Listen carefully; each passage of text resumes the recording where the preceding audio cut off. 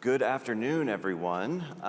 Thank you so much for being here. I am excited about what we're about to delve into in the next 30 minutes.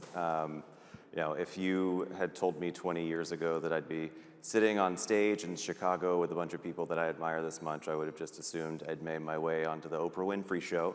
But unfortunately, there will be no cars given away to the audience today. We'll just be serving up some great insights from legal and policy professionals on the topic of one of my favorite things, what is going on with legislation and regulation as concerns digital assets.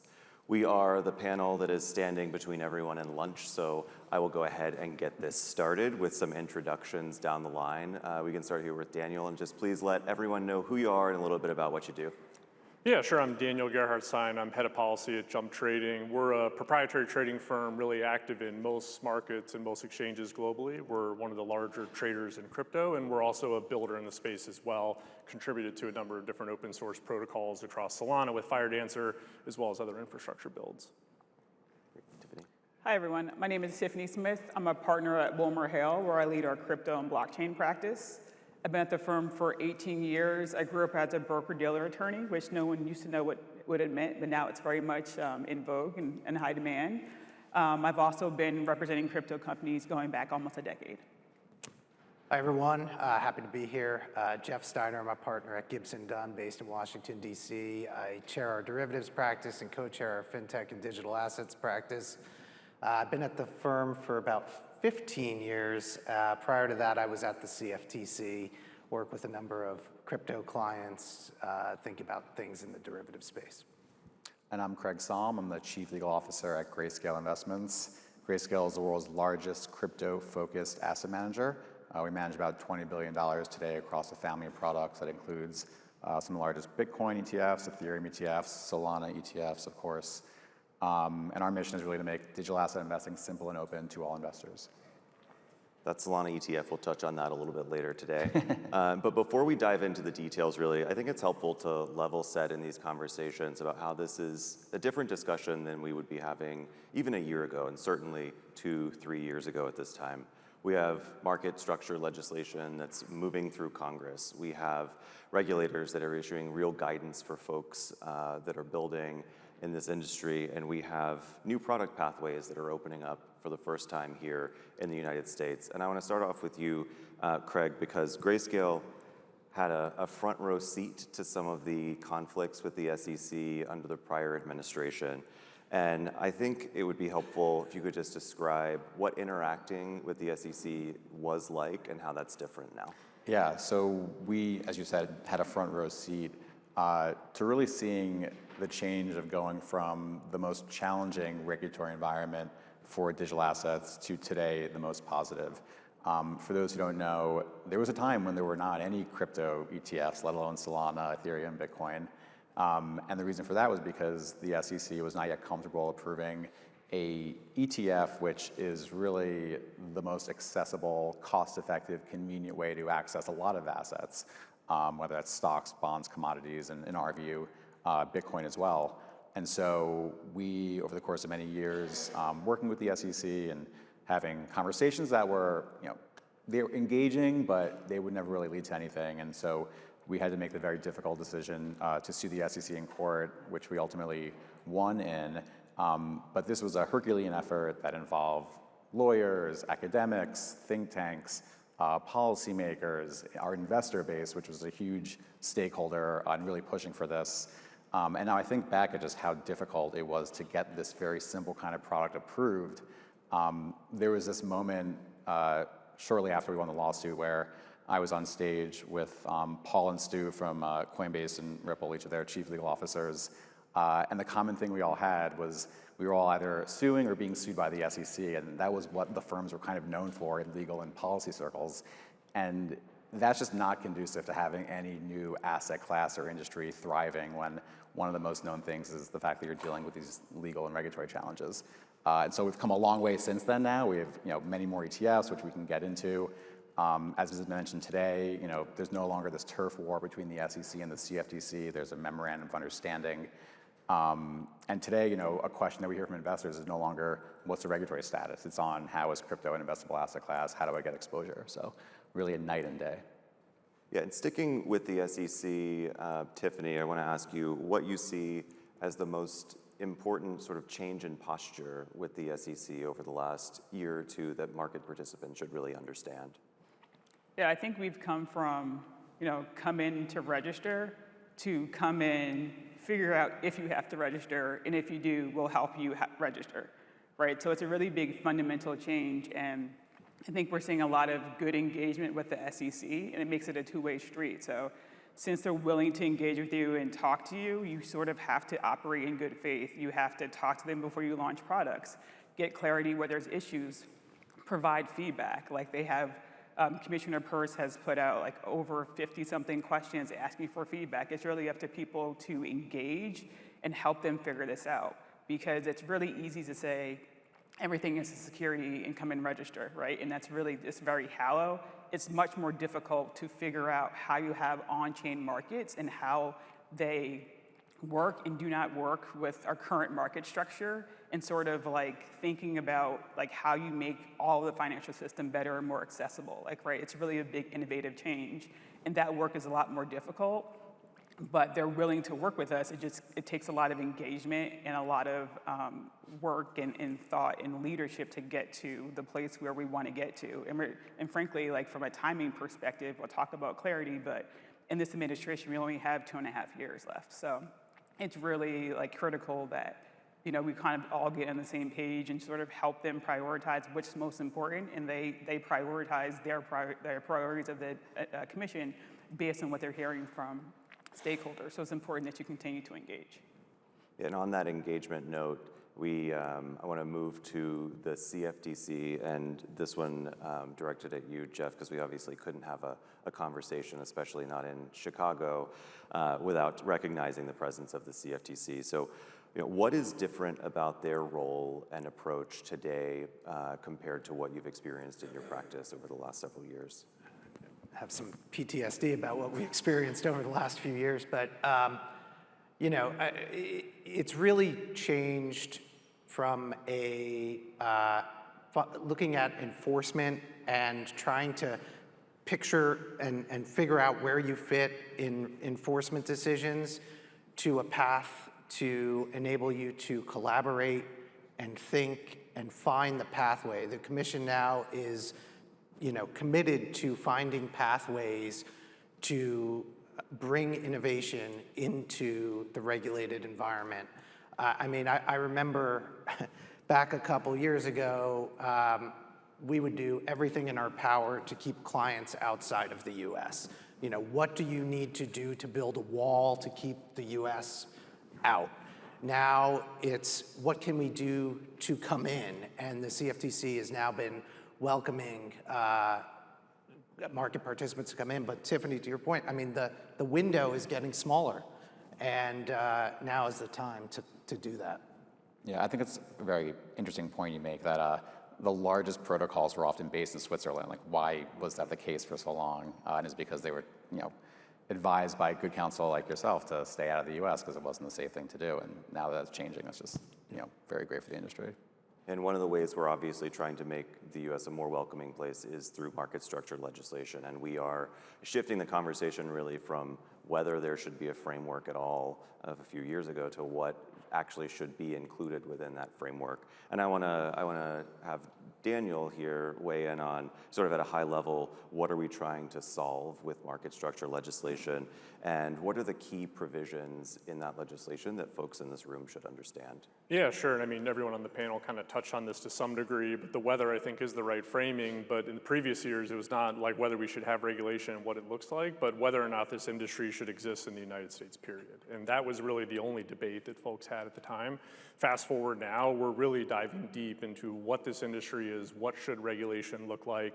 And I think really across the SEC, CFTC, but then certainly on the Hill, as we think about clarity, the depth that the policymakers are really getting into the underlying tech itself is really quite incredible. I mean, as we think about DeFi, developer protections, market structure, and ultimately institutional assets that'll guide what clarity is, they're really looking at it from a tech neutral sort of way, and I think a through line through all of that is control. And if we think about who has control, both at kind of the centralized intermediary level, there's obviously going to be a framework that exists across the SEC and the CFTC, really for the first time, affirmative spot market authority there that'll largely guide the intermediaries.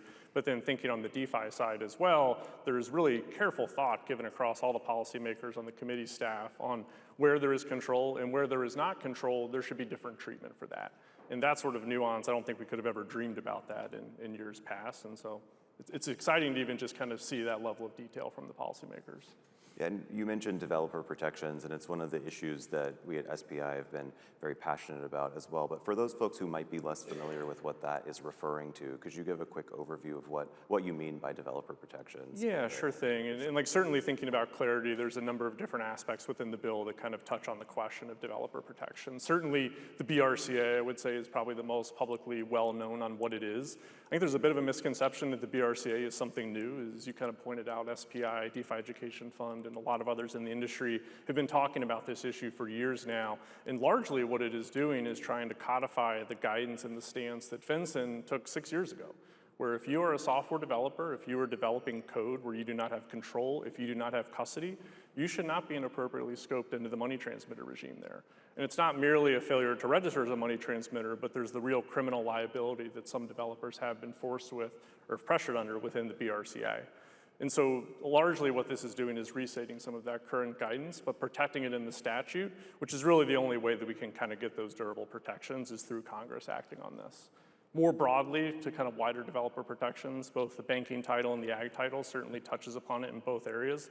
It's probably a little bit of a misconception that there's DeFi exemptions within Clarity, at least the way that I like to think about it, is more defining what DeFi is and isn't, which does, again, go back to that aspect of control. And if you're developing software where you don't have custody, you don't have control over those assets, it would be inappropriate to scope you in with the same requirements that a more centralized intermediary would have. And I guess maybe the last thing that I would touch upon that really always comes into the conversation as well is around prosecutorial tools that are available. Clarity truly gives unprecedented tools to prosecutors to use across all AML sanctions. There's new FinCEN special measures authorities that are being considered that I think is really balancing that tightrope of protecting the developers, allowing them to develop within the United States to the point, but still giving prosecutors the tools they need to go after criminals. That's great overview. And one of the things that I think we also want to touch on are what's relevant to institutional players in the Clarity Act. So Craig, what matters for an asset manager out there in the Clarity Act? Yeah, so the way, at a high level, I think of the Clarity Act is it's addressing classification of assets and then how market participants should be regulated.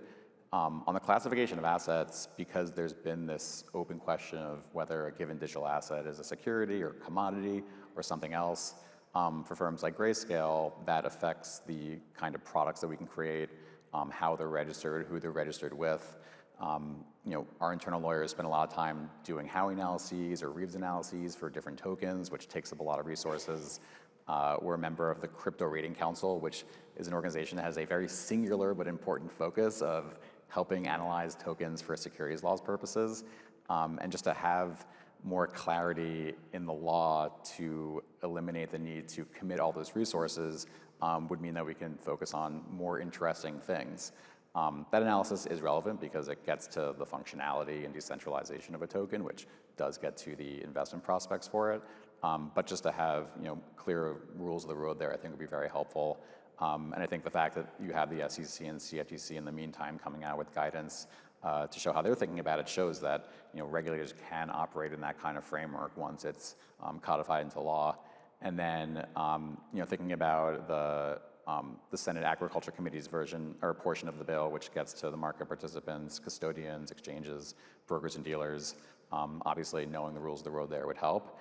And I actually think more so than crypto-focused firms like Grayscale, a lot of traditional financial firms in some ways benefit the most from this because they've been on the sidelines, and that will have an overall buoying effect for the industry, I think, because we're only a couple $1 trillion asset class, but once you have these larger firms getting involved, because for them, their legal risk compliance folks now see that there are clear laws and regulations, I just think that'll be a rising tide lifts all boats situation.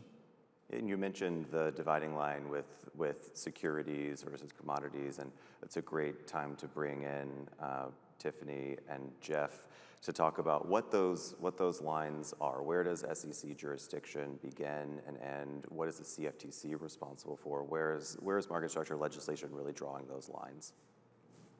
Yeah, I'm happy to start. So market structure regulation would give the CFTC spot market authority for digital commodities. And so legislation talks about how a digital commodity can be sold pursuant to an investment contract, which is a type of security. And it talks about when that investment contract either becomes mature or is essentially decentralized, the control aspects are no longer there. And sort of that investment contract falls away, and then the asset can be regulated as a commodity. And that's critical because today we don't have a federal regulator that has jurisdiction for the crypto spot market. And so at some point there was controversy as to whether or not we needed market structure, and that is why we need market structure. In the absence of having a federal regulator, essentially every state can make up their own rules, can come after various institutions for offering crypto products and services. And we saw some of this last year when Washington came after Coinbase. There's different state AG priorities, so some of that is kind of evaporated for the moment. But in the absence of federal legislation, you're going to still have the ability for states to make their own rules and go after market participants, or market participants for securities or commodities having the benefit of having a single federal regulator, and for crypto, having to have 50 or so MTL licenses. So that's why we still need it, even though we have like a very favorable SEC and CFTC. Yeah, and I would just add to that, that's very well said. I would just add to that, what the market structure legislation doesn't do is it doesn't change the CFTC's existing authority over derivatives. So things like the true perpetuals, any other type of derivatives products, the CFTC still retains jurisdiction over those in the way that they have today. What it would do is bring in oversight over the spot market, so things like digital commodity exchanges and intermediaries. A portion of that's not on the securities side would go over to the CFTC. You said the magic word perpetuals, so that's a good way to jump into agency guidance, I think. Maybe we'll do the reverse order, start with you, Jeff, and then go to Tiffany to help us to understand sort of at a high level what the CFTC's regulatory agenda is right now, what they're putting out there in terms of guidance, and then Tiffany, the same please with respect to the SEC. Sure. From the CFTC perspective, there's been a lot that's happening. I kind of put them into buckets, right? There's spot, sort of like the spot market authority for the CFTC. And what the CFTC has said about that is, and you said, I just said that said that they don't have spot market authority. But in certain circumstances where there is leverage or margin in a retail commodity transaction, the CFTC has existing authority over those products. Those can be listed on a CFTC registered designated contract market. So that's one area. The other is market infrastructure, so thinking about things like tokenized collateral, which dovetails into perpetuals, because when you have to have continuous funding and settlement, being able to have tokenized collateral, digital assets used as collateral for derivatives contracts, that's another area that I think is a really key and important point, and kind of bucket that in market infrastructure. Then you have product innovation. That's where the perpetuals come in. So we saw the CFTC a couple weeks ago approve the first ever true perpetuals contract for Kalshi, for the Kalshi exchange. It's a Bitcoin perpetual contract. There are now others in the pipeline to get approved, but the CFTC also put out some guidance around that. There was a no action letter for Coinbase related to that, and then they followed up just last week, I think on Friday, saying that if you listed, I guess what we would call not true perpetuals, you can convert those over into true perpetuals. And so the thing about the perpetuals is it is a case-by-case basis. So if the way you would normally submit a product to list on your exchange is you could self-certify it, which means you self-certify it. If you don't hear anything from the CFTC, you can list it. the CFTC can always come back. Here, you have to actually get approval for the perpetuals. So it's a bit of an additional process. A couple other things, because I know we're running. The SEC CFTC harmonization, huge priority. I can tell you from experience, I mean, it was like, we wouldn't even when I worked at the agency, we wouldn't even pick up the phone and call the SEC. Like, we were told not to. I didn't say that, but we sort of were. And now the level of collaboration is really refreshing, and it's leading to better pathways for markets where you can potentially list securities and commodity derivatives, and hopefully we're going to that path. Yeah, and then on the SEC side, they've been very busy as well. I guess I'll do a couple of buckets. So first, through 12 or so various staff interpretations, they sort of went from this view of all crypto assets being securities to having separate categories. So you have stable coins, we have crypto assets which are essentially commodities, then we have tokenized securities. And then they've put out guidance sort of with those couple of categories. They've put out guidance basically saying you can engage in staking and other activities supporting those ecosystems. And then they've put out guidance about tokenized securities and sort of like the different types of them. And there's been a number of FAQs out there that I think are sort of, maybe misappreciated and not always, always publicized, that help existing market participants understand how they can trade crypto, within broker-dealers or other types of registration categories. So that's like critically important. They've also, so that's at the staff level. At the commission level up, there's commission level guidance, where the CFTC also joined in, that talked about how the crypto laws apply to certain digital assets. So they have 5 different categories: commodities, stable coins, tokenized securities, digital collectibles, digital ID tools, and it talks about how they're categorized. What they haven't done is they haven't engaged in rulemaking. I'm making this point because staff level interpretations, commission level interpretations, they can be undone with a new commission with a stroke of a pen. So it's critical that in these next 2.5 years, they engage in rulemaking. They sort of started this a little bit with the Reg NMS 611 recension last week. 611, it's a rule that applies to equities generally, but there's some applicability to tokenized securities and the ability for that market to flourish. So I encourage folks to look at that and in general, participate in the rulemaking process and talk to the commission about your priorities with respect to everything that's already done, so that to make sure that the rules actually get in place and get done, so that there's not the ability to sort of undo all the good guidance we've seen over the past 1.5 years. So there's a lot going on at the agencies, and one of the things that's on folks' mind is how that interacts with the legislation itself that's working its way through Congress. Is there, are agencies solving issues right now that reduce the urgency for Congress to act? And I'll hit you with that one, Daniel. Yeah, so I wouldn't say that they reduce the urgency to act. I think they actually help as a bit of a bridge between what we have now and what the agencies are able to do with their existing authority, and ultimately what we may see with clarity. I mean, as Jeff and Tiffany kind of hit on, there's a tremendous amount that is unequivocally within the existing authority of the SEC and the CFTC, as we've seen with the PERPS guidance, but also in terms of some of the helpful guidance that they put out on how market participants can think around the spot assets.